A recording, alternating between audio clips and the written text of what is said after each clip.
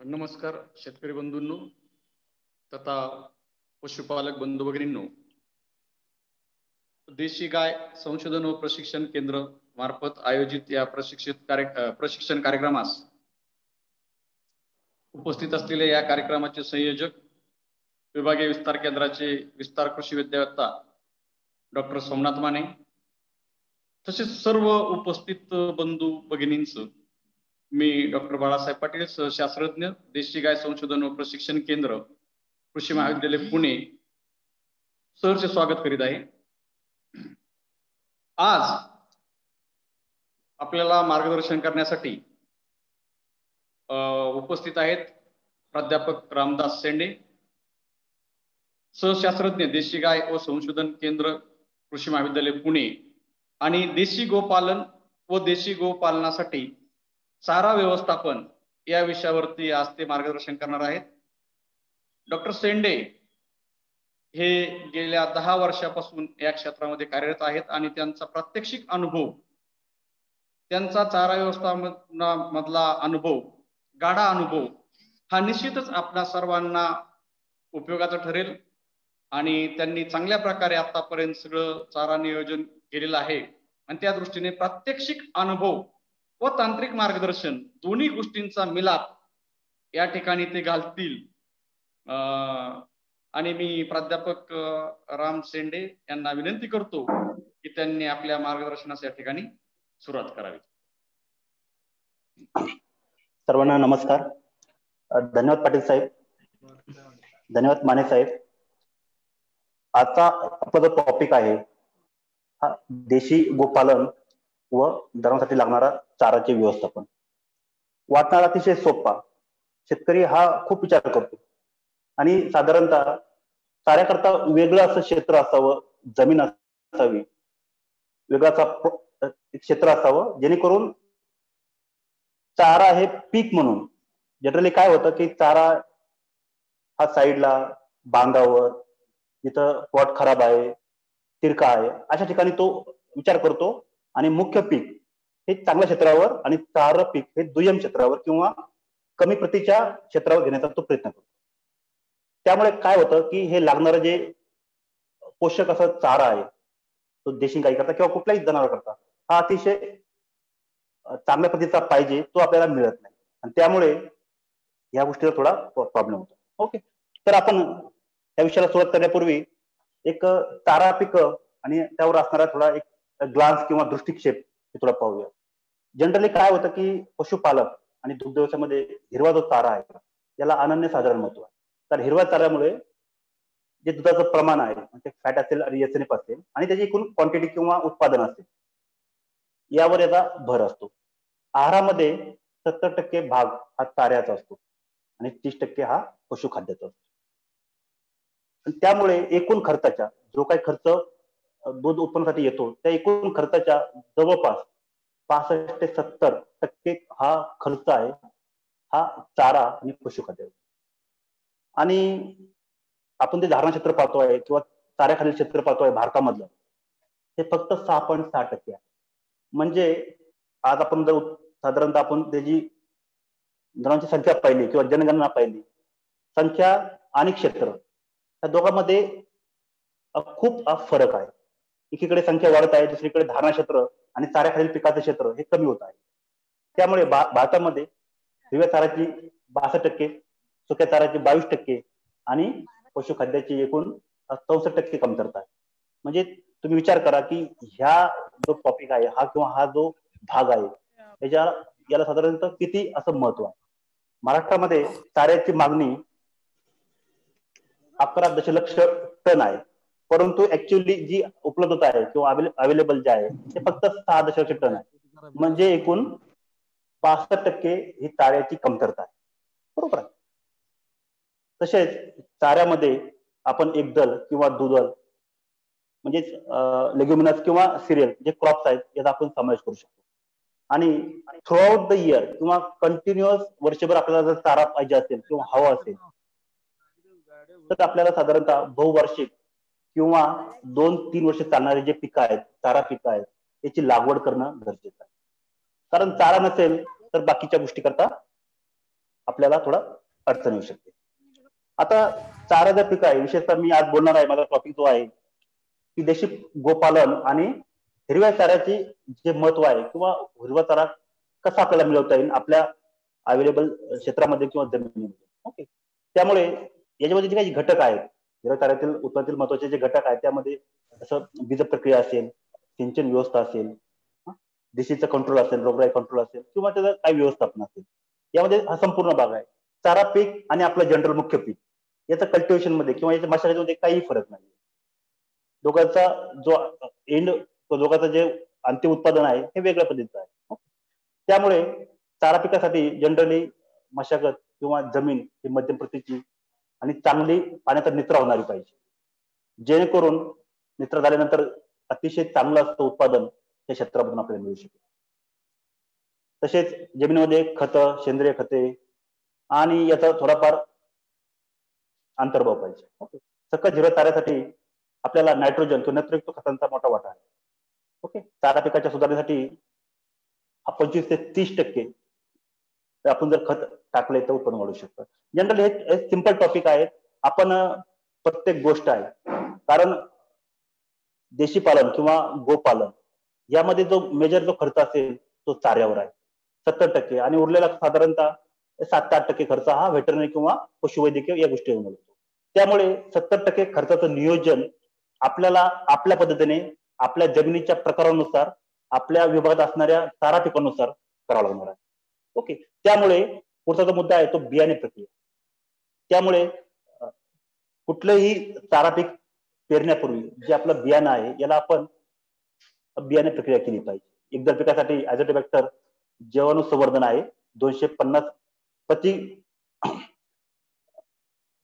Gram हे प्रति 10 kilo हे आपण, आणि द्विदल पिकासाठी रायझोबियम जीवाणू संवर्धन हे 20 ग्रॅम प्रति 16 किलोसाठी पेरणी पूर्व सोडावं. जेणेकरून आता याचा फायदा काय आहे, परत जेव्हा आपण सीड ट्रीटमेंट करतो किंवा बियाणे प्रक्रिया करतो त्यामुळे होणारी जी उगवण क्षमता आहे किंवा जी उगवण आहे, तसेच आपल्या जमिनीवर असणारे जे कीटक आहेत किंवा किडे आहेत हे जे आपले बियाणे खातात यापासून, आणि शिवाय जे जीवाणू आहेत हे आपल्या बियाणाला उगवण क्षमतेचा वेग वाढीस हे पूरक आहेत, पोषक आहेत.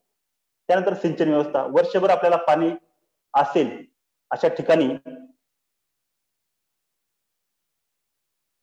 सोय असेल अशा ठिकाणी आपण आपला चारा पीक घेण्याचा प्रयत्न करावा, जेणेकरून थ्रूआउट द इयर ह्या शेतामध्ये ह्या प्लॉटमध्ये आपल्याला पाणी देण्याची व्यवस्था असेल.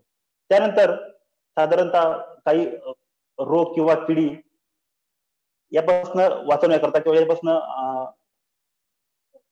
असं म्हणूया की संरक्षण करण्याकरता आपल्याला काही फवार करावं लागेल. जसं आपण नैसर्गिक जे फवार असेल, निंबोळी अर्क असेल किंवा ट्रायकोडर्मा असेल, जे काही नैसर्गिक आहे ते आपल्याला यूज करावं लागेल. त्यानंतर कापणी व्यवस्थापन, आता हा जो खूप महत्वाचा पार्ट आहे, कारण कापणी कधी आणि कुठल्या अवस्थेत करावी हे त्याच्या पोषक मूल्यावर डिपेंड आहे. कारण पोषण मूल्य हे जास्तीत जास्त जनावरांना मिळण्याकरता त्याची कापणीची जी स्टेज आहे किंवा जी व्यवस्थापन आहे हे वेळेत करणं महत्वाचं आहे. त्यामुळे चारा पिकांची लागवडीवर वेळेवर कापणी करणे महत्वाचं आहे, जेणेकरून त्याची सकसता आणि पोषण मूल्य हे जे जनरली काय होतं की फुलत असताना जनरली आपण पिकाची कापणी करतो, जेणेकरून त्याचं पोषक मूल्य आणि सकसता ही जास्तीत जास्त जनावरांना मिळेल असं पाहतो. यानंतर याच्या पूर्वी किंवा नंतर जरी आपण कापणी केली तर त्याचं पोषण मूल्य त्याचबरोबर त्याची सकसता कमी व्हायचे चान्सेस असतात किंवा शक्यता असते. यानंतर चारा पिकात जे अन्न घटक असतात त्यांचे काय कार्य आहे, कारण हा जो टॉपिक आहे आपण, कारण जो तो विचार करतो की दुग्ध व्यवस्थापन म्हणजे फायदा किंवा नफा त्या दृष्टीने तो प्रयत्न करतो, पण जनावरांना काय पाहिजे, त्याची झीज कशी भरून निघेल, त्याची शरीराची चय अपचय क्रिया आहे ती कशी होईल किंवा रोगप्रतिकारक कशी वाढेल आणि ते आपल्याला नैसर्गिकरित्या कसं देता येईल या दृष्टीने त्याचे जे अन्न घटक म्हणजे चारा पिकातील अन्न घटक आणि त्याचे जे कार्य आहेत याच्यावर आपण विचार केला पाहिजे. ओके, अन्न घटक प्रथिने म्हणजे प्रोटीन तुम्ही पाहिजे असेल, आणि हे जे त्याची जी अवेलेबिलिटी आहे किंवा उपलब्धता आहे हे द्विदल धान्य, लसूण घास, बरसीम, चवळी असे जे पिकं आहेत जे आपल्याला लेग्युमिनस किंवा नत्र स्थिरीकरण करणारे जे पिकं आहेत याद्वारे आपल्याला ते आपण प्रथिनं चारा पिकातून जनावरांना देऊ शकतो. त्यामुळे पेशींची झीज भरून काढणं, शरीराची किंवा गर्भाची वाढ होणं, संप्रेरके किंवा पाचद्रव्य निर्माण करणं,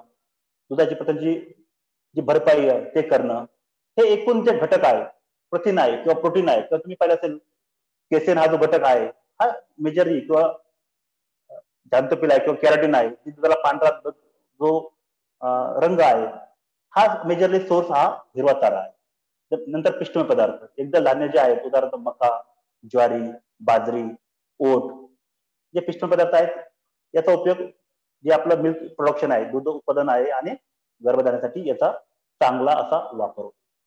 पुढचा जो घटक आहे तो स्निग्ध पदार्थ आहे, म्हणजे फॅट आहे. म्हणजे आपण जे कॉन्सन्ट्रेट खाऊ घालतो, जे खुराक खाऊ घालतो किंवा जे खाद्य खाऊ घालतो, सरकी असेल, पेंड असेल किंवा बाजारामध्ये मिळणारा रेडीमेड कुठला असेल, ओके, याचा डेफिनेटली जो फायदा आहे, जे कातडीची चमक असेल, ऊर्जा निर्मिती असेल, ऊर्जा साठवणूक असेल आणि बाकीच्या ज्या शरीराच्या ज्या क्रिया असतील, हालचाली असतील, यासाठी याचा उपयोग होतो. नंतर आहे काष्टमय पदार्थ, म्हणजे जे आपण रेफेजेस म्हणतो आहे, वाळलेला चारा, कडबा, सरमाड असेल, मका असेल, गवत असेल, बरोबर आहे, किंवा भाताचा कोंडा असेल, किंवा हा जो घटक आहे यासाठी, कारण तुम्ही जर पाहिलं असेल जे रुमेन आहे किंवा रवंत करणारे जे अॅनिमल असतात 75% जोपर्यंत भरत नाही तोपर्यंत रवंत करण्याची प्रक्रिया ऍक्च्युअली सुरू होते. त्यामुळे फिलर किंवा जे काष्टमय पदार्थ आहेत हे मोठ्या प्रमाणामध्ये आपल्याला जनावरांना खाऊ घालतात. ओके, त्यामुळे काही प्रमाणात प्रथिनं रवंत करण्यासाठी रोजच्या आहारामध्ये 16 ते 18% जे ड्राय मॅटर आहे हा ते पाहिजे. ओके, नंतर जे विविध क्षार आहेत म्हणजे मिनरल मिक्सचर असतील, त्याचा सोर्स डेफिनेटली मिनरल मिक्सचर आहे, विटा आहे, खनिज क्षार आहेत.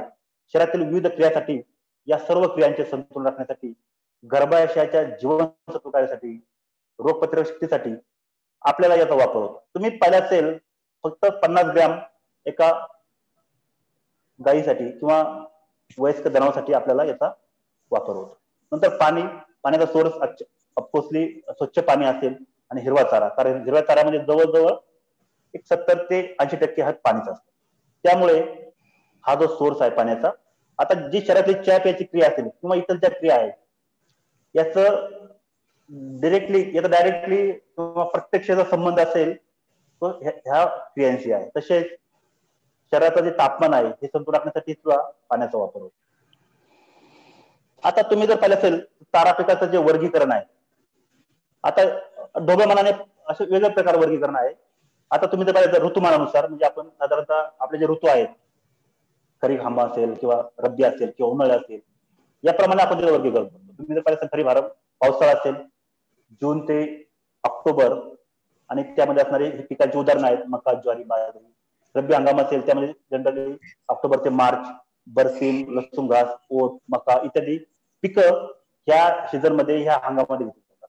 उन्हाळी हंगाम ज्या ठिकाणी पाणी चांगलं असेल, पाण्याची सोय असेल, अशा ठिकाणी चवळी, मका, ज्वारी, बाजरी हे एकदल किंवा सीझनल एका हंगामानुसार, एका हंगामापुरते मर्यादित असे हे पिकं आहेत. आणि परत बहुवार्षिक, बरोबर आहे, म्हणजे ज्याचं लाईफ सायकल किंवा ज्या पिकाची संगोपनाचा कालावधी आहे हा साधारणतः 1 ते 2 वर्ष आहे. त्याच्यात 3-4 वर्ष सुद्धा असतात असे काही. त्यामध्ये एकदल आणि दुदल असे आपलं वर्गीकरण केलेलं आहे. हायब्रिड नेपियर असेल, पॅरा गवत असेल, मिनी गवत असेल, सुदान गवत असेल, ब्ल्यू पॅनिक गवत असेल, रोड्स गवत असेल, दीनानाथ गवत इत्यादी जे गवत आहेत ते बहुवार्षिक. आणि त्यामध्ये दुदल असेल तर लसूण घास, स्टायलो, रानमोग, सेरॅटो, सँट्रो, दशरथ घास असेल, गिरीपुष्प, हादगा असेल, सुबाबूल. आता सुबाबूल अलीकडे कमी झालेला आहे कारण त्यामध्ये मायमोसिन जो घटक आहे तो हानिकारक घटक असल्यामुळे जनरली सोबतचा वापर कमी करतात होता. आणि शेवरी, असं याचं जे वर्गीकरण आहे वार्षिक आणि बहुवार्षिक. वार्षिक म्हणजे परत खरीप, रब्बी आणि उन्हाळी. नंतर जे बॉटनीनुसार किंवा वनस्पतीच्या शास्त्रानुसार जे वर्गीकरण आहे ते एकदल किंवा द्विदल किंवा तृणवर्गीय किंवा डाळवर्गीय किंवा इंग्लिशमध्ये पाहिलं सिरियल किंवा पल्सेस, ओके, किंवा लेग्युमिनस. आता तुम्ही जर पाहिलं असेल तर एकदल जो आहे याच्यामध्ये प्रथम जे प्रमाण असतं ते कमी असतं, मात्र शर्करा आणि काष्ट पदार्थ म्हणजे रफेजेस, ड्राय मॅटर आणि थोडी साखर किंवा शर्करा याचं प्रमाण जास्त असतं. आणि द्विदल जे असतं जसं लसूण घास, चवळी असेल, म्हणजे जे पिकं नत्र स्थिरीकरण करतात अशी पिकं, त्याच्यामध्ये जमिनीला पण फायदा होतो आणि त्याचबरोबर आपल्याला जे प्रथिने मिळतात तर याच्यामध्ये शर्करा आणि काष्ट पदार्थ याचं प्रमाण हे जास्त असतं, प्रथिनांचं प्रमाण अधिक असतं. आता गवत आहे, गजराज आणि मार्वेल, अंजना आहे, हे आपल्याला वर्गीकरण. आता विद्यापीठाच्या काही नवीन सुधारित जाती आहेत ज्या फक्त चारा पिकाकरता आपण वापरतो किंवा वापरले जातात. जसं ज्वारी आहे, रुचिरा, मालदांडी, SSB 59/3, फुले अमृता, बाजरा असेल, जाईंट बाजरा असेल, राजकोट बाजरा असेल, संकरित नेपियर आहे, त्यामुळे तुम्ही यशवंत पाहिलं असेल, फुले जयवंत आहे, फुले गुणवंत आहे, ओके, गजराज आहे, अशा ज्या नवीन नवीन वाण आहेत. नंतर मका आहे, आफ्रिकन टॉल, मांजरी असेल, विजय असेल, गंध असेल, ओट, केंट आहे, आरो 19 आहे, म्हणजे फुले हरिता आहे, फुले सुरभी आहे, चवळी असेल तर श्वेता आहे, इसी, अशा वेगवेगळे जे वाण आहेत त्या वाणांचा उपयोग आपल्या शेतामध्ये करून चांगल्या पद्धतीने आपल्याला चारा उत्पादन कसं करता येईल याचा वापर किंवा याचं आपण घेतली पाहिजे. त्यानंतर महत्वाचा जो पार्ट आहे, दुभत्या जनावरांसाठी, देशी गायीसाठी साधारणतः चारा किती पाहिजे. आपल्याकडे जो थमरूलचा नियम आहे किंवा ढोबळमानाने आपण त्याचं वर्गीकरण जे करतो आहे ते वेगळ्या पद्धतीचं आहे. हिरवा चारा साधारणतः 30 किलो, बरोबर आहे. दादा साधारणतः ज्या अॅनिमलचं किंवा ज्या जनावरांचं वजन 300 ते 350 किलोच्या आसपास आहे त्यांना दिवसातून 30 किलो हिरवा चारा हा आपण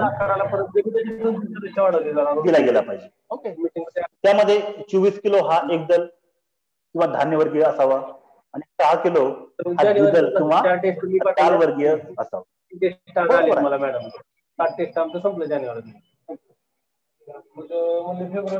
त्यानंतर ऍक्च्युली याचा वापर, याचा उपयोग कसा होतो. ओके, आता तुम्हाला बोलल्याप्रमाणे एकदल जे आहे हे यापासून जनावरांना ऊर्जा ही जास्त प्रमाणात मिळत जाते आणि द्विदल जे आहे त्यापासून प्रथिन किंवा प्रोटीन्स किंवा दोघांची आपल्याला कॉम्बिनेशन बसवण्याची गरज आहे.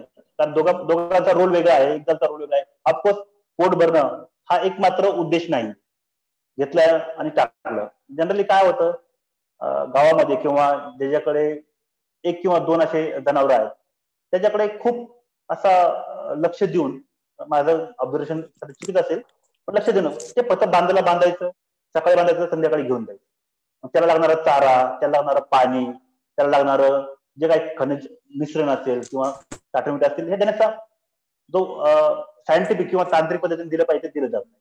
कारण आपल्याला कसं आहे की घरचं जे दूध मिळालं बस. पण जेव्हा आपण याचा व्यवसाय म्हणून विचार करतो तेव्हा प्रत्येक गोष्ट हे प्लॅनिंग आणि तांत्रिक मार्गदर्शन असल्याशिवाय याच्यामध्ये आपल्याला चांगला असं फायदा मिळणार. त्यानंतर तुम्ही जर पाहिलं असेल, आपण बोलल्याप्रमाणे किंवा म्हटल्याप्रमाणे एकदल जो चारा आहे त्याचा उपयोग आहे हा ऊर्जा, जी शरीराला ऊर्जा लागते जनावरांच्या ती मिळते आणि त्याचा डायरेक्टली संबंध हे फॅट बरोबर होतो. तर आपण एकदम चारा जर जास्त दिला किंवा चांगला सकस दिला तर डेफिनेटली फॅटचं प्रमाण हे जास्त होतं. त्याचप्रमाणे दुधाला जर असेल त्यात आपल्याला प्रथिने मिळालं त्यानुसार, कारण आपली जी दूध विक्री किंवा दूध खरेदी करायची जी पद्धत आहे ही 2 ऍक्सिस पद्धत आहे, म्हणजे 2 घटकावर आधारित अशी पद्धत आहे. फॅट आणि SNF ला समोर ठेवून सरकार, शासन आपलं दूध खरेदी करत असतं किंवा कुठलीही सरकारी संस्था, खाजगी संस्था ही दूध खरेदी करत असते. त्यामुळे फॅट लागलं नाही, डिग्री लागली नाही, म्हणजे काय SNF लागलं नाही तर त्यापासून मिळणारं जे नुकसान आहे किंवा तोटा आहे हा होण्याचे चान्सेस किंवा शक्यता नाकारता येत नाही. त्यामुळे ऊर्जा आणि प्रथिन याचा एक सुरेख मिलाफ आपल्याला चाऱ्यामधून, कॉम्बिनेशन मधून हा दिला गेला तर त्याचा निश्चितच चांगला फायदा हा होऊ शकतो. आता बऱ्याच लोकांची समस्या असते की आमच्याकडे सपोज 20 ॲनिमल आहेत तर कसं नियोजन केलं पाहिजे. तर हा एक मागील 10 ते 12 वर्षाचा अनुभवानुसार एक कॉम्बिनेशन बसवण्याचा प्रयत्न केलेला आहे. ओके, वर्षभर हिरवा चारा जर आपल्याला हवा असेल, पाहिजे असेल तर आपल्याला कशा प्रकारे नियोजन केलं पाहिजे. ओके, हायब्रिड नेपियर चवळी आहे पीक हे चारा करता यूज करायचे आणि लसूण हे जर आपल्याला असेल बहुवार्षिक पद्धत आणि मग बाकीचं तुमचं जे सीझनल जे आहे हंगामानुसार खरीप रब्बी आणि जी उन्हाळी आहे हे तुम्हाला चेंज करायला लागणार पण एक सर्टन किंवा निश्चित असा सोर्स किंवा उपलब्धता आपल्याला जर एका ठिकाणून मिळाली तर आपल्याला त्याचं नियोजन करायला अतिशय सोपं किंवा मदत होते. त्यानंतर हा पुढचं कॉम्बिनेशन आहे मका ज्वारी बाजरी चारा चवळी करत असेल आणि लसूण घास आहे याचं एक वेगळ्या प्रकारचे कॉम्बिनेशन बसवलं तर आपल्याला सतत वर्षभर आपल्याला चारा उपलब्ध होण्याची शक्यता आहे किंवा आपल्याला उपलब्ध होऊ शकतो. आता हा अतिशय आपण जो क्लासिफिकेशन मध्ये त्याचा हा पार्ट आहे थोडा हिरवा चारा आणि वाळलेला चारा. जसं मी तुम्हाला बोललो होते ढोबळमानानुसार साधारणतः 7 ते 10 किलो वाळलेला चारा आणि साधारणतः 27 ते 32 किलो हिरवा चारा हा आपल्याला द्यायचा आहे आणि त्याचं कॉम्बिनेशन 75% म्हणजे 50% चारा हा हिरवा आणि 1/3 म्हणजे साधारणतः 25% चारा हा वाळलेला आपल्याला दिला पाहिजे. त्याचा सोर्स परत एकदल द्विदल दोन्हीला पण म्हणजे जो हिरवा चारा आहे तो एकदल आणि द्विदल आणि वाळलेला चारा आहे तो एकदल आणि द्विदल. आता जो हिरवा चारा आहे त्याला म्हणजे परत आपल्याला एकदल असेल तो वार्षिक आणि बहुवार्षिक म्हणजे आपल्या वर्षामध्ये कुठलं येईल आणि बहुवार्षिक त्याचं संकरित नेपर असेल द्विदल म्हणजे असेल वार्षिक आणि बहुवार्षिक जसं लसूण घास आहे. याचं आपल्याला मेळ किंवा ताळमेळ आपल्याला बसावं लागेल जेणेकरून आपल्या असलेल्या जनावरांची संख्या असलेलं क्षेत्र उपलब्ध असलेली साधन सामग्री आणि आपलं हे जे चारपेकाचं जे पॅटर्न आहे हा आपल्याला नियोजन करून त्या पद्धतीने बसावं लागेल जेणेकरून वर्षभर सतत आपल्याला हवा असणारा क्वांटिटीचा चारा आपल्याला उपलब्ध होईल. तुम्ही जर उदाहरण पाहिलं वार्षिक हंगामी ओलीत मका ज्वारी बाजरी हे आपण हंगामानुसार आहे.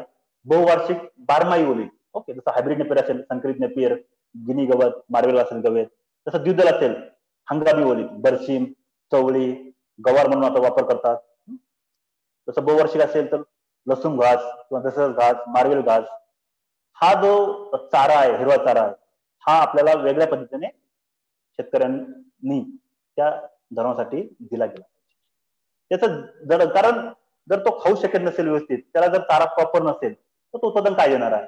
त्यामुळे पहिले त्याचं पोट भरलं पाहिजे आणि पोट भरल्यानंतर साधारणतः जे काही चारा लागेल आणखी अतिरिक्त त्याच्या उत्पन्नाच्या गुणानुसार आपल्याला तो अतिरिक्त प्रकारे चारा आपण त्याला खाऊ घातला गेला पाहिजे.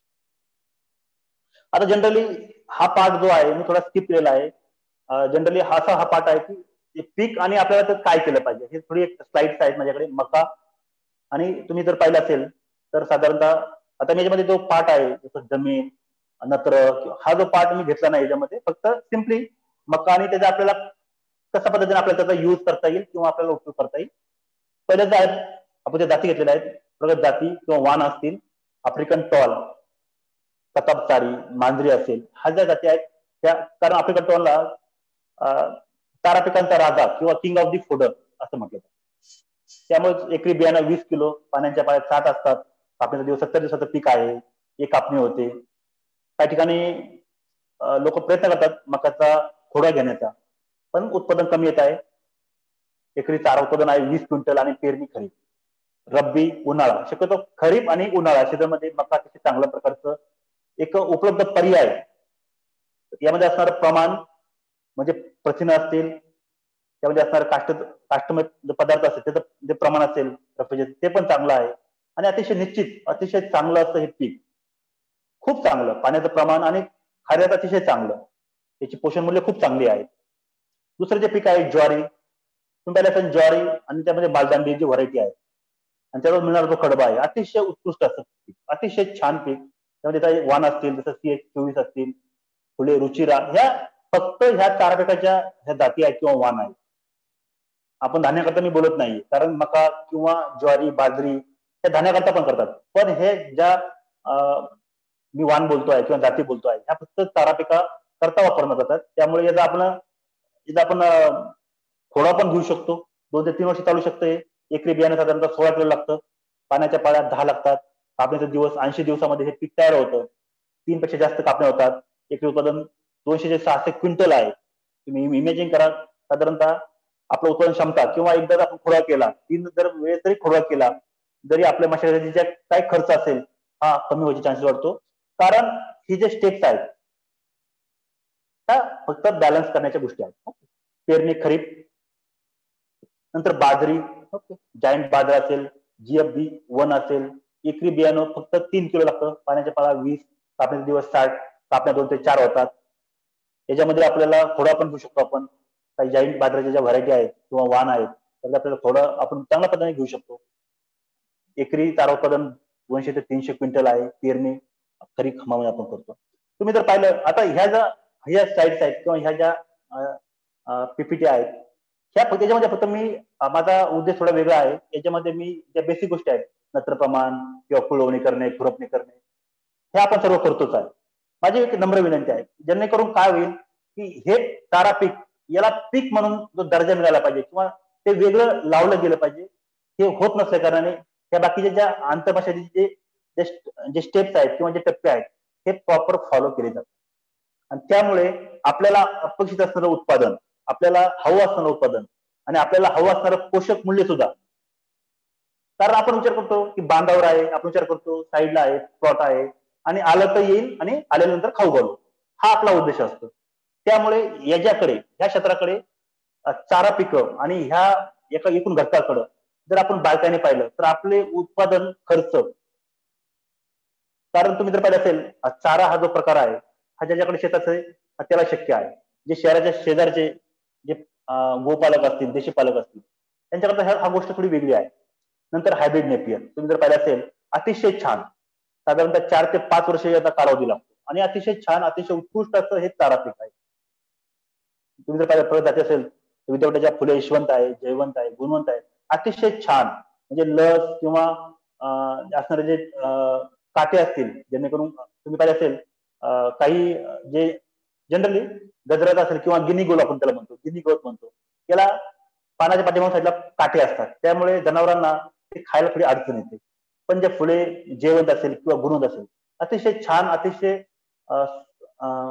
मस्त म्हणा, छान म्हणा अशी हे वाण आहे. एकरी साधारणतः 6,000 ते 8,000 थोंब आपल्याला लागतात, जेणेकरून आपण हे थोंबासारखं आपण लावतो.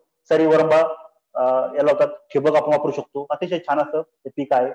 पाण्याच्या पाळ्या 8 दिवस, कापणी दिवस लावल्यानंतर पहिली कापणी आहे साधारणतः 60 ते 70 दिवसामध्ये आपण कापणी करायची आणि त्यानंतर आपल्याकडे उपलब्ध असणारे दरांची संख्या आणि आपलं रोटेशन किंवा आपला जो नियोजन आहे सतत वर्षभर चारा पीक मिळण्याचं, याला समोर ठेवून आपण याचं कापणी करू शकतो.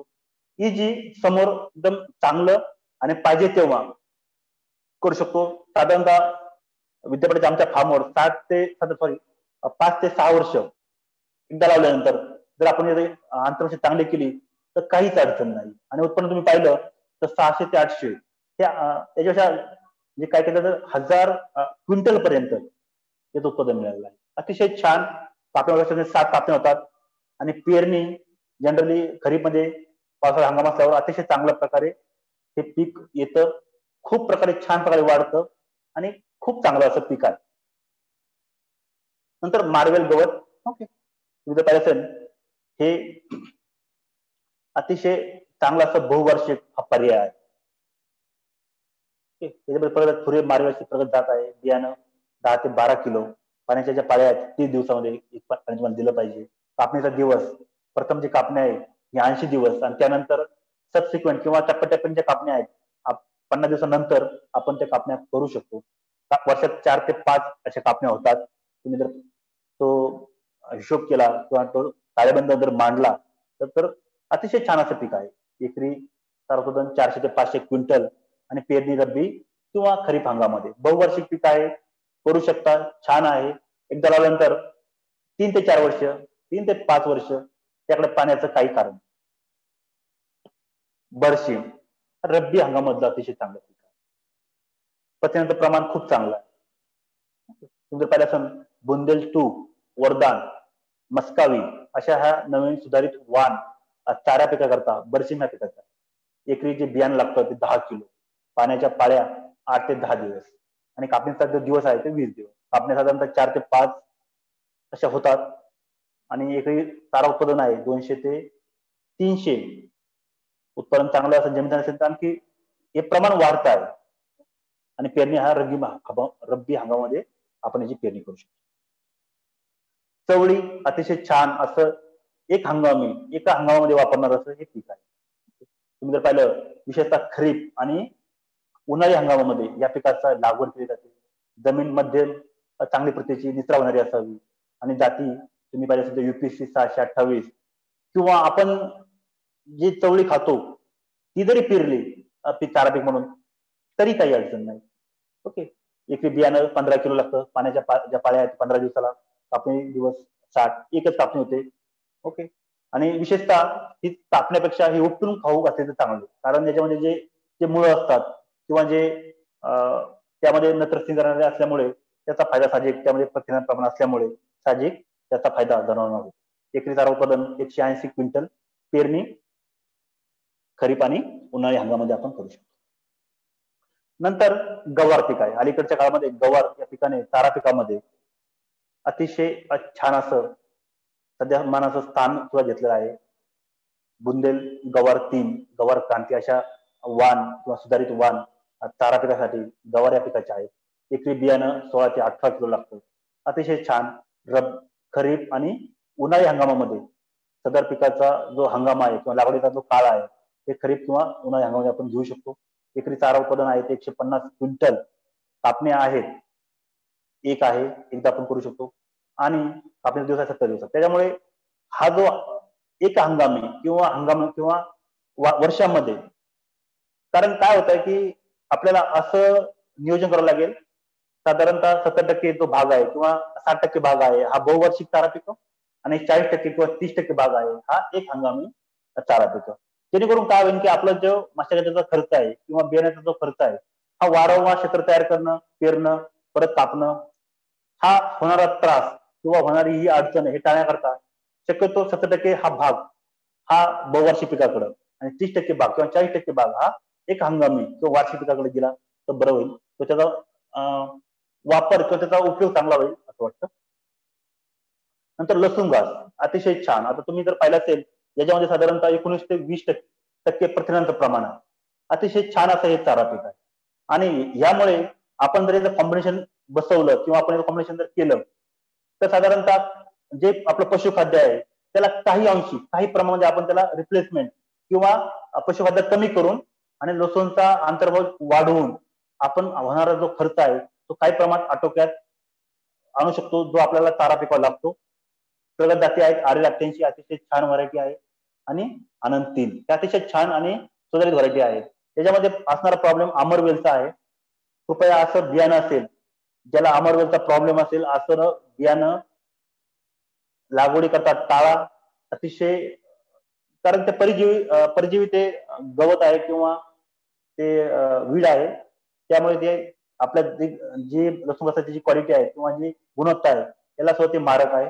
एकरी जे बियाणं पाहिजे 6 ते 8 किलो आणि लसूण घास हे साधारणतः 4 ते जर कापणी चांगली केली तर 4 वर्ष चांगलं जातं. त्यामुळे लसूण घास जे लेआउट करतो किंवा आपण मशागती करता जे वाफे किंवा सारे करतो ते सारे अतिशय छान असावेत, जेणेकरून छान म्हणजे आपलं साधारणतः या पिकाचा कालावधी 4 वर्ष असल्या कारणाने ते वरंबे आणि पाणी द्यायचा कालावधी जास्त असल्या कारणाने जेणेकरून जमीन मऊ, भुसभुशीत आणि चांगली असावी आणि खूप काळजी घेऊन हे पीक येतं. एकदा हे पीक चांगलं आलं 3 ते 4 वर्ष ह्या पिकाला काही प्रकारचं मरण नाही. म्हणजे तुम्ही मी बोलल्याप्रमाणे पशुखाद्याला पर्याय म्हणून म्हणजे काही प्रमाणामध्ये 100% नाहीये, पर्याय म्हणून उत्पादन खर्च कमी करण्यासाठी आपल्याला लसूणचा वापर केला जातो. पाण्याच्या पाळ्या 8 ते 10 दिवस, एकरी बियाणं मी आधी सांगितल्याप्रमाणे 6 ते 8 किलो, कापण्याचा जो दिवस आहे 30 दिवस, कापण्या आहेत साधारणतः 10 ते 11 कापण्या प्रति वर्षाला. म्हणजे तुम्ही इमॅजिन करा की प्रत्येक महिन्यामध्ये आफ्टर 21 डेज किंवा आफ्टर 1 मंथ, एका वर्षानंतर साधारण त्याची कापणी येते. आणि मी म्हटल्याप्रमाणे की नगर जिल्ह्यामध्ये विशेषतः पुण्याचा काही भाग, नगरचा भाग अतिशय छान असे त्यांनी मिनी स्प्रिंकलर करून सुद्धा ह्या पिकाचं पाण्याची सोय केलेली आहे. एकरी चारा उत्पादन 300 क्विंटल, अतिशय चांगलं मिरॅकल हे चारा पीक आहे.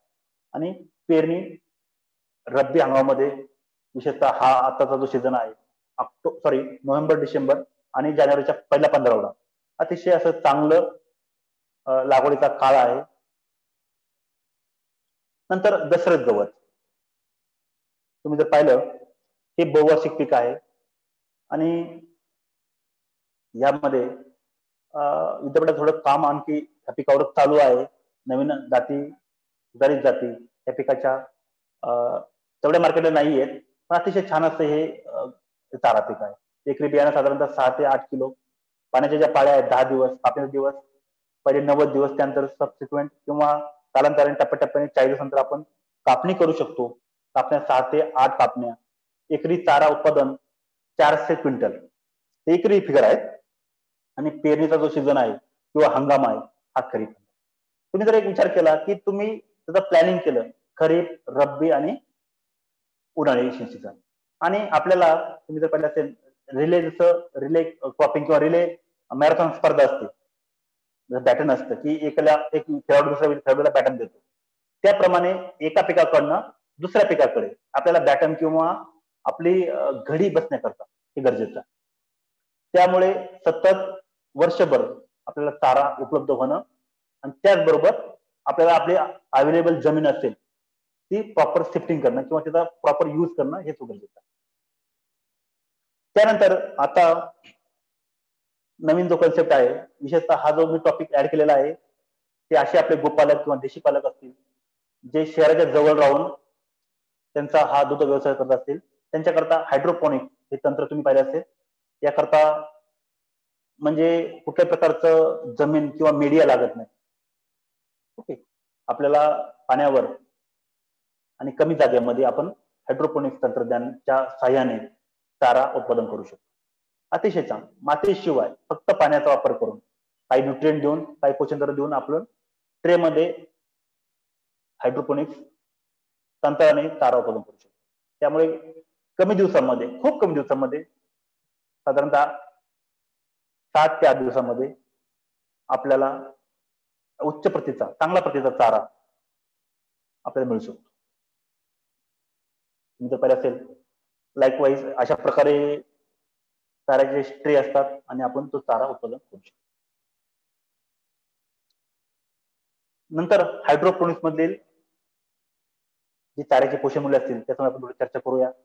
हा चारा अत्यंत लुसलुशीत, पौष्टिक आणि चवदार आहे.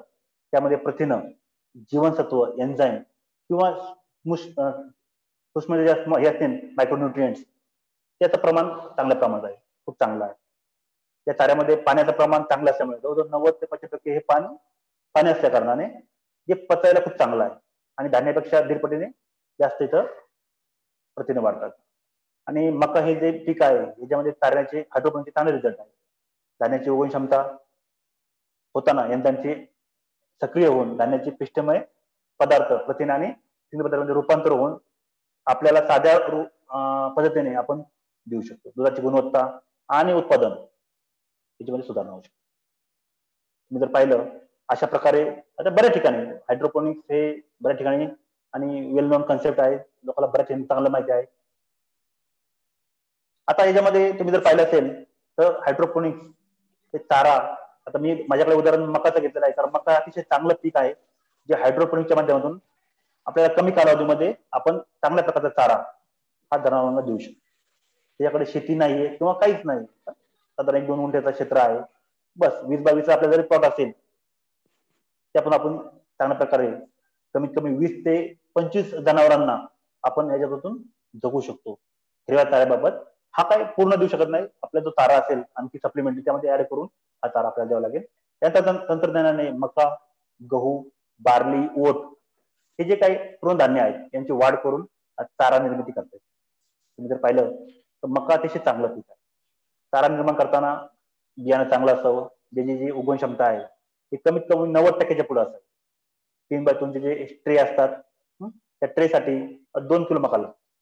सुरुवातीला मका धुवून घ्यायची, ही जी प्रोसिजर आहे, धुतलेला मका 12 ते 24 तास भिजत ठेवायचा आहे, त्यानंतर पाणी काढून टाकायचं आहे आणि जसं आपण मटकीला मोडण्यासाठी आपण बांधून ठेवतो कुठल्याही एका कपड्यामध्ये, त्याप्रमाणे पोत्यामध्ये किंवा गोणीमध्ये 24 ते 30 तास साधारणतः मक्याला मोड येतील असा मोड पसरून ठेवायचं, जेणेकरून ट्रेमध्ये सामान पसरून ठेवायचं आणि तो ट्रे जो आहे तो रॅकच्या मांडणीवर, जसं तुम्हाला मी आधी बोललो त्या चित्राप्रमाणे ह्या ज्या आपलं चित्र आहे त्याप्रमाणे ते ठेवून द्यायचं. त्यानंतर ट्रेमधील मक्याला ठराविक अंतराने धाऱ्याने किंवा नॅक्सेप पंपाने किंवा स्वयंचलित ऑटोमॅटिक जो स्प्रिंकलिंग असेल, मायक्रो स्प्रिंकलर असतील, त्याचा वापर करून पाणी द्यायचं आहे. अतिशय कमी पाणी लागतं, बरोबर आहे. 1 ते 2 मिनिटं पाणी द्यायचं आहे. आपलं जो वातावरण आहे, वातावरणाच्या त्या निकषानुसार, त्याच्यानुसार आपल्याला पाणी द्यायचं आहे. आणि साधारणतः 7 ते 10 दिवसामध्ये 20 ते 30 सेंटीमीटर उंचीचा हिरवा मका तयार झाल्याचा दिसतो. तुम्ही विचार करा, हायड्रोपॉनिक्स जे आहे हे सॉइललेस किंवा मातीविरहित जे तंत्रज्ञान त्यानुसार आलं, त्यामुळे उत्पादन जो मशागतीचा खर्च आहे हा टोटल त्यामध्ये नील होतो किंवा नाहीच होतो. हायड्रोपोनिक्स जे चारा पीक आहे ते घेताना घ्यावयाची काळजी महत्वाचं, ह्या ठिकाणी दमट आणि ओलसर जे वातावरण आहे ते वातावरण नकोय, त्यामुळे बुरशी किंवा जीवाणू वाढण्याची शक्यता आहे. त्यामुळे आपलं जे हायड्रोपोनिक्सचं जे प्लांट्स आहेत किंवा जे हायड्रोपोनिक्सचे जे आपले जे अंकुर आहेत हे अंकुर खराब होण्याची शक्यता वाढते.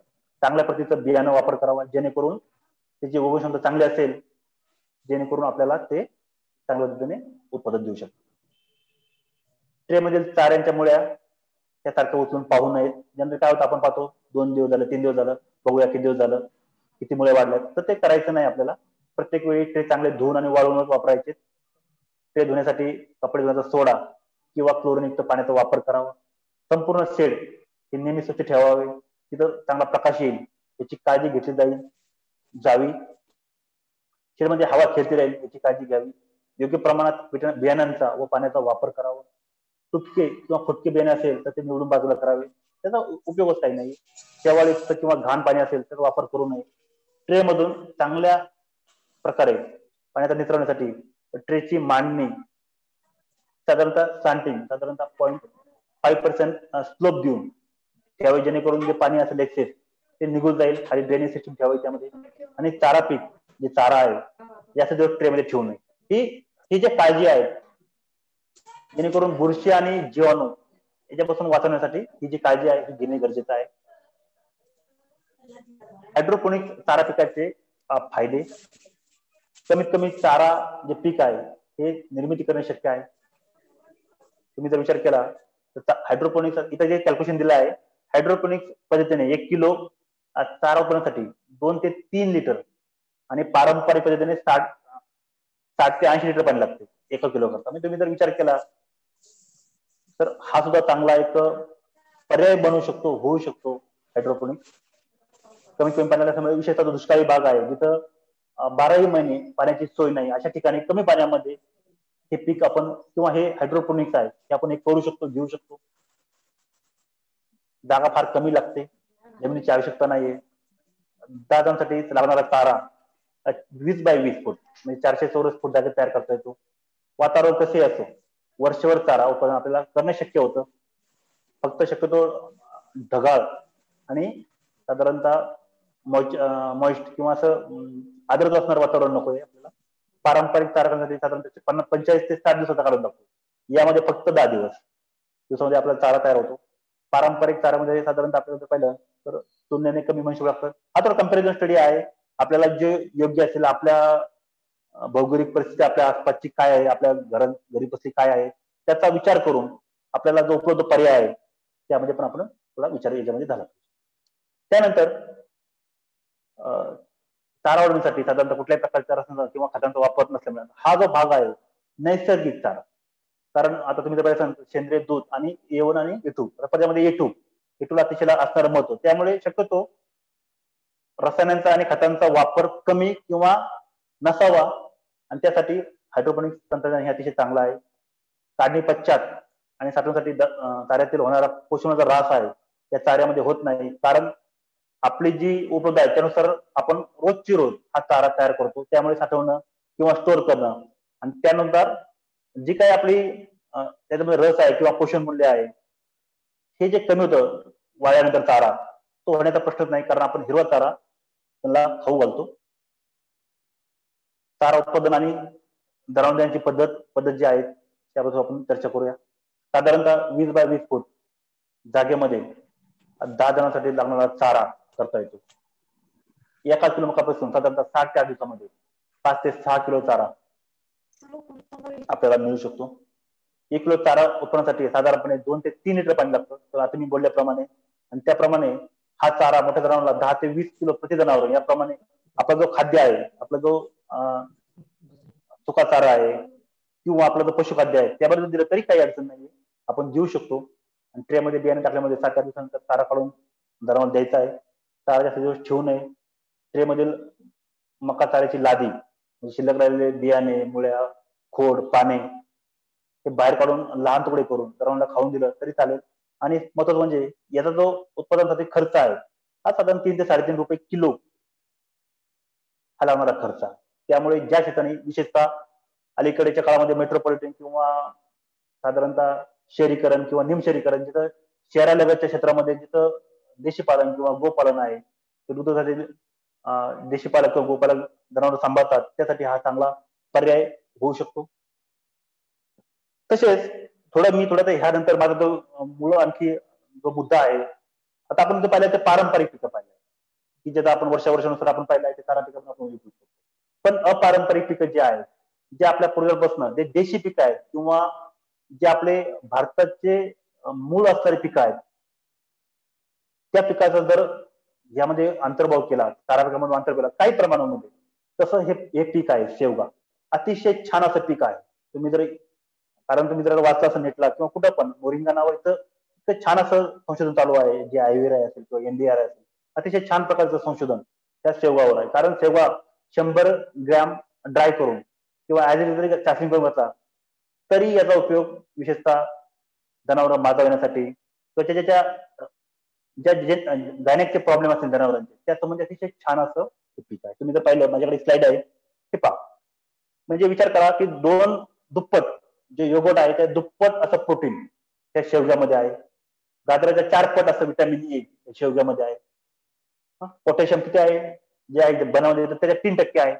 कॅल्शियम मध्ये आहे, मिल्क दुधामध्ये जे कॅल्शियम आहे त्याच्यात 4%, सॉरी 4 पट असं आहे. आणि व्हिटॅमिन C जे आहे संत्रीमध्ये त्याच्यात 7 पट. म्हणजे जर एका ग्रॅममध्ये जर इतकं असेल तर विचार करा हा जे पीक आहे किंवा हे जे पीक आहे हे पीक अतिशय छान असं पीक अलीकडच्या काळामध्ये विशेषतः देशी गोपालन संबंधी याचा वापर होणं गरजेचं आहे. विशेषतः एका अॅनिमल करता, एका वयस्क अॅनिमल करता 100 ग्रॅम जर ड्राय करून असेल किंवा कोरडा असेल, सुका असेल तर 100 ग्रॅमची बुकटी करून जर दिलं तर अतिशय छान असे रिझल्ट शेवग्याचे आहेत. तुम्ही जर पाहिलं तर थोडी ही इंग्लिश मध्ये स्लाइड आहे. तर जसं फॉस्फरस आहे, पोटॅश आहे, कॅल्शियम आहे, मॅग्नेशियम आहे, याचा जो रोल आहे, ज्या त्याच्या क्रिया आहेत किंवा शरीरच्या क्रिया आहेत किंवा जे बायोकेमिकल क्रिया आहेत जनावरांमध्ये त्यामध्ये याचा उपयोग होतो. आणि ज्यांना लो ब्लड प्रेशर आहे, ज्याबद्दल बोलतो आहे विशेषतः at the time of lactation, अशा वेळेस त्याला मॅग्नीजची कमतरता भासू शकते. त्यामुळे मॅग्नीजचा सोर्स पुन्हा एकदा हा शेवगाचे जे पानं आहेत किंवा शेवगा जी वनस्पती आहे ती घालू शकतो, खाऊ घालू शकतो आपण त्याला. त्याचप्रमाणे मॅग्नेशियम, पोटॅश आणि त्याचे जे आरोग्याचे जे विषय आहेत याचा उपयोग होऊन अतिशय छान असतं. तुम्ही जर पाहिलं, तुम्ही सर्च करा, अतिशय वेगवेगळ्या साईट्स आहेत, त्या साईटवर शेवग्याचे जनावरांसाठी असणारे फायदे हे खूप वेगळ्या प्रमाणात आहेत. विशेषतः ज्या गायी म्हणजे आता आपल्याकडे माझा येणं आणि माझा आल्यानंतर ते भरणं ही अतिशय मोठं ग्रेट टास्क आहे. कारण 21 दिवसानंतर माझ येतो, माझ्यानंतर पुन्हा गायी भरवणं, नाही भरली 21 दिवस वाया गेले, तो होणारा खर्च हा आपल्या खिशात गेला किंवा आपल्या अंगावरला. त्यामुळे अशा गायी माझा येणं आणि माझावाल्याला गायी भरणं बरोबर आहे. त्यामुळे अनिष्टच इष्टच म्हणजे माझा येणं हे खाल्ल्यानंतर जसं वड असेल, पिंपळ असेल, तसे वेगवेगळ्या वनस्पती आहेत, देशी वनस्पती आहेत, त्याचा काही प्रमाणामध्ये जनावरांच्या आहारामध्ये जर समावेश केला तर होणारे जे शरीर रचनेचे जे डिफेक्ट्स आहेत किंवा प्रॉब्लेम्स आहेत हे आपल्याला काही प्रमाणामध्ये भरून किंवा तूट भरून काढता येऊ शकते. त्यानंतर आहे आझोला. हे पण अतिशय, जसं मी तुम्हाला हायड्रोपोनिक्स बोललो तसंच या क्षेत्राकरता, ह्या पिकाकरता सुद्धा आपल्याला जास्त असं क्षेत्र लागत नाही. अतिशय छान. हे एक अलगी आहे आणि नत्र स्थिरीकरण करणारी अलगी आहे. तुम्ही जर पाहिलं खाली जे चित्र आहे त्यामुळे बेड आहेत आणि आपण पाण्यावर हे अलगी तयार करू शकतो. त्याच्यामध्ये अतिशय चांगल्या प्रमाणामध्ये प्रथिनं आहेत, प्रोटीन आहेत. जवळजवळ 20 ते 25% प्रोटीन याचा प्रथिनाचा जो वापर आहे जास्त आहे. यामध्ये लोह आहे, कॅल्शियम आहे, मॅग्नेशियम आहे, फॉस्फरस आहे, तांब आहे, मॅग्नीज आहे. याप्रमाणे आणि महत्वाचं म्हणजे विटॅमिन ए आणि विटॅमिन B12 म्हणजे सायनोकोबालमिन. हे जे प्रमाण आहे फायदा याच्यापासून आपल्याला मिळू शकतो. डेफिनेटली त्याचा फायदा दुधामध्ये मिळणाऱ्या दुधाला होऊ शकतो.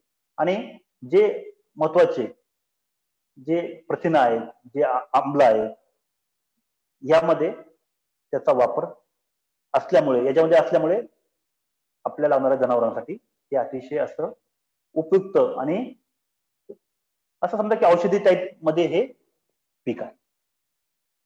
कढीपत्ता बऱ्याच ठिकाणी सध्या अलीकडच्या माझ्या पाहण्यानुसार 2 ते 3 वर्षापासून कढीपत्त्याचा वावर हा ॲनिमलच्या चाऱ्यामध्ये सुद्धा पाहायला मिळवलेला आहे.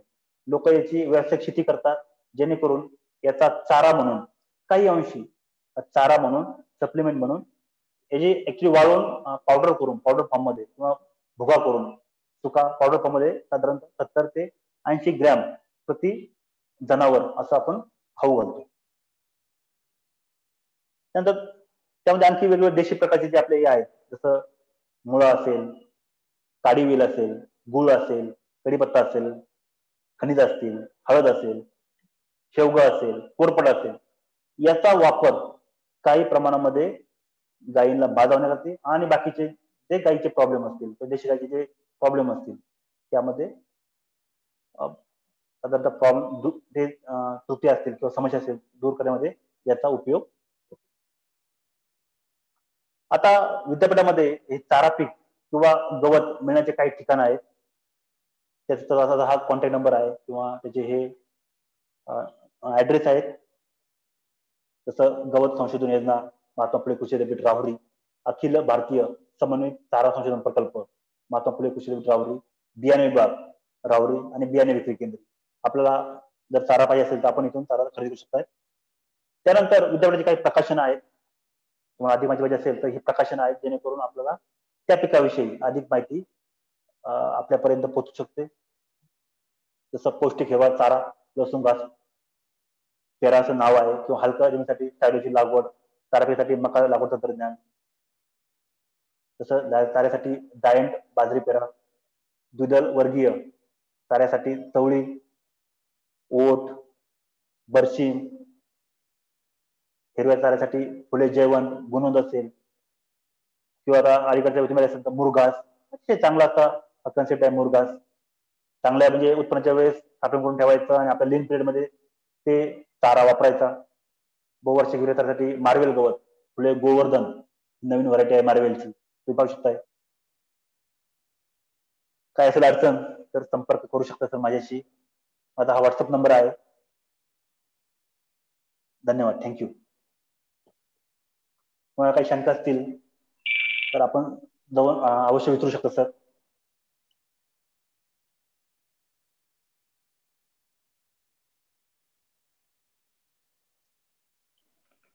पाटील साहेब. हॅलो. हा बोला. हा, काही शेतकऱ्यांचे काही अडचणी शंका असतील तर त्यांनी कृपया प्रश्न विचारावेत, त्यांचे काय असतील तर. थोडं फाईट झालं आहे, पण जे महत्वाचं होतं, जे सांगायचं होतं त्या पिकाच्या दृष्टीने आपण बऱ्यापैकी त्याचा अंतर्भाव केलेला आहे. अधिक महत्वाचे असेल तर आपल्याला योग्य प्रकारची मदत किंवा तांत्रिक सहकार्य, मार्गदर्शन देशी गाय संशोधन आणि प्रशिक्षण केंद्र यामार्फत केलं जाईल. आणि आपले हे जे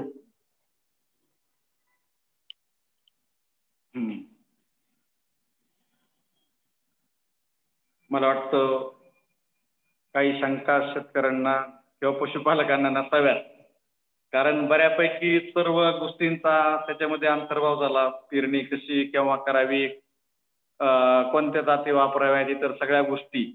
हा, शिंदे साहेबांना काहीतरी हे आहे. शिंदे साहेब, रणजित शिंदे साहेब.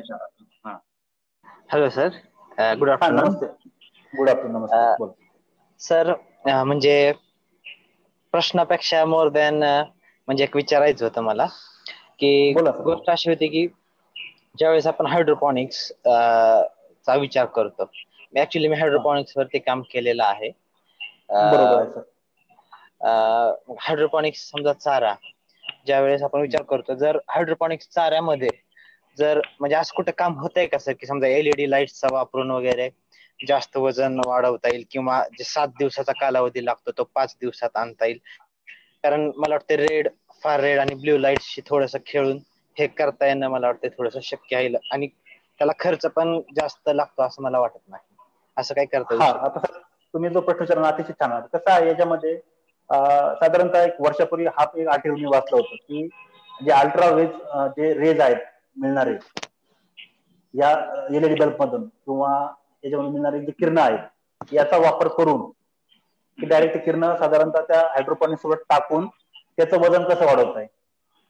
पण याला शास्त्रदृष्ट्या आणखी काय असं ठोस असं संशोधन नसल्या कारणाने याला थोडं सर मर्यादा आहेत. कारण काय होतं, शेतकरी त्याच्या बेसवर, त्याच्या लेवलवर तो वेगवेगळे प्रयोग करतो सर, आणि तो प्रयोग केल्यानंतर की त्याला अपेक्षित उत्पन्न मिळालं की ते प्रोपगंडा होतो, किंवा त्याची माहिती फेस टू फेस किंवा माउथ टू माउथ माणसाकडनं पुढे जाते. त्यामुळे याला असं शास्त्रीय असं ठोस सर अजून गेल्या 1.5 वर्षापासून माझ्या वाटत नाही सर. त्यामुळे ही रिकमेंड प्रॅक्टिस नाही सर. आणि तुम्ही ऍग्रिकल्चर असल्यामुळे कदाचित मला माहिती नाही, आता कुणी केलं असेल त्याची चांगलं पण असेल, पण याच्यावर ह्या अँगलवर वर्क व्हायचं किंवा ह्या अँगलवर काम होण्यासारखं आहे. बघू या विचारामध्ये, याच्यामध्ये असेल तर तुम्हाला नक्की कळवेल. Sure sir, thank you sir. नाही म्हणजे जे आहे ते सर क्लिअर सांगितलं. Sure sir, sure. Thank you sir. Hello. हा बोला सर.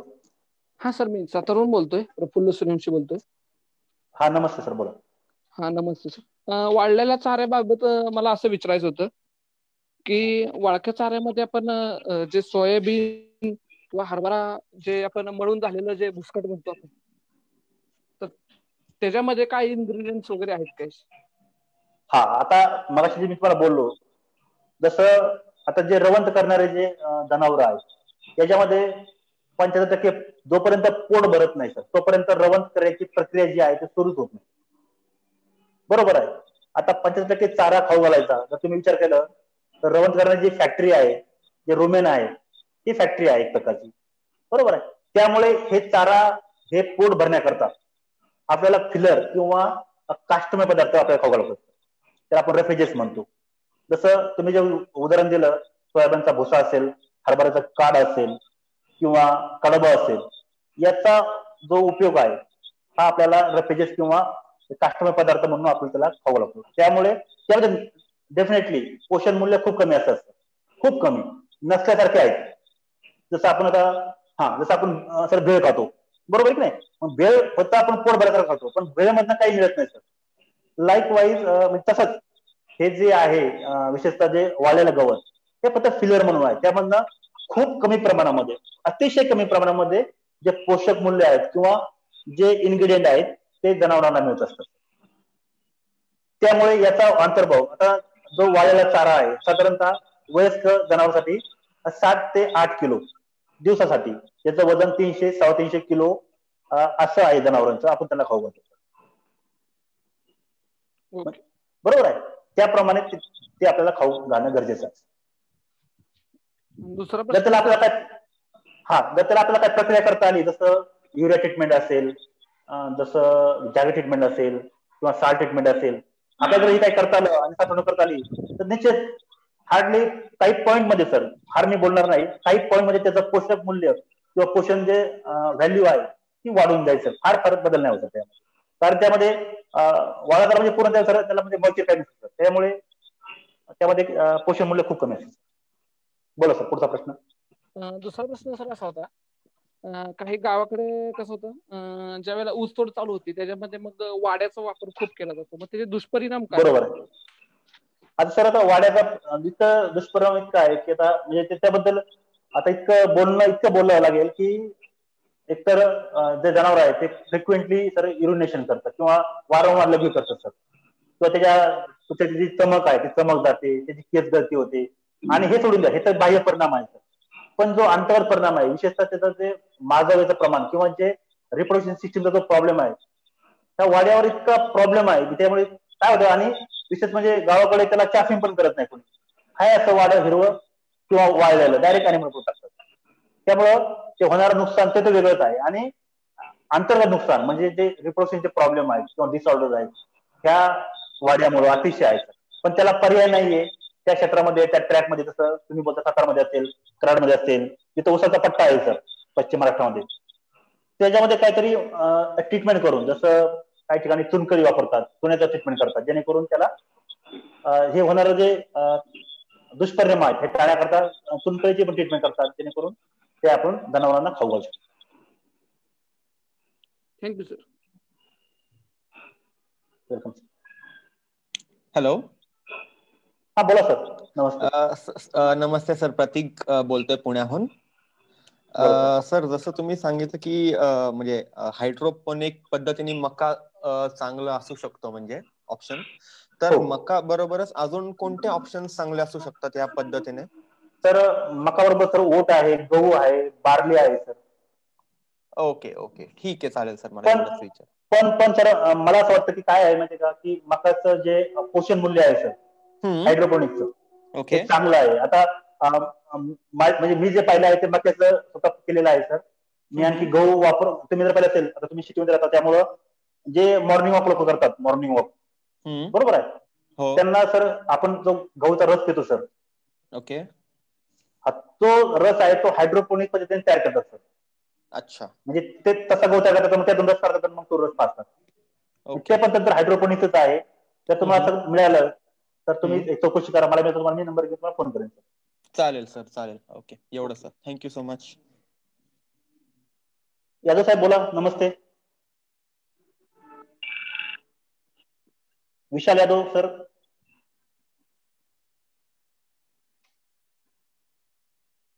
या व्यतिरिक्त आपल्याला काय माहिती पाहिजे असेल, सखोल माहिती चारा पिकाविषयी, आपण केव्हाही माझ्या नंबरवर, व्हॉट्सअप नंबर आहे तो, कधी करू शकताय, फोन करू शकताय. आपल्याला तांत्रिक जे मार्गदर्शन असेल शक्य तिथं आपल्याला देण्यात येईल. मला वाटतं सर्व गोपालकांच्या, शेतकऱ्यांच्या शंकांचं निरसन झालं असेल. आणि काही अडचणी असतील तर शेंडे सरांनी सांगितलं की त्यांचा जो मोबाईल क्रमांक, भ्रमणध्वनी क्रमांक सर्वांना दिलेला आहे. तुम्ही त्यांना कॉल करू शकता, व्हॉट्सअपवरती पण विचारू शकता, काही अडचण नाही. आणि इथून पुढे तांत्रिक मार्गदर्शन हे नेहमी तुम्हाला मिळत राहील. तर आज या ठिकाणी देशी गाय संशोधन व प्रशिक्षण केंद्राचे सहशास्त्रज्ञ प्राध्यापक रामदास शेंडे यांनी चारा व्यवस्थापन या विषयावरती सखोल असं मार्गदर्शन केलं. आणि हे सर्व त्यांचं अनुभवाधिष्ठित असं ज्ञान सर्व शेतकऱ्यांना निश्चितच फलदायी ठरेल. त्याबद्दल मी शेंडे सरांचं या ठिकाणी आभार मानतो. तसंच या कार्यक्रमाचे संयोजक डॉक्टर सोमनाथ माने, सर्व प्रशिक्षणार्थी गोपालक, आपण सर्व उपस्थित राहिलात आणि या प्रशिक्षणाचा लाभ घेतला त्याबद्दल आपल्या सर्वांचं आभार मानतो.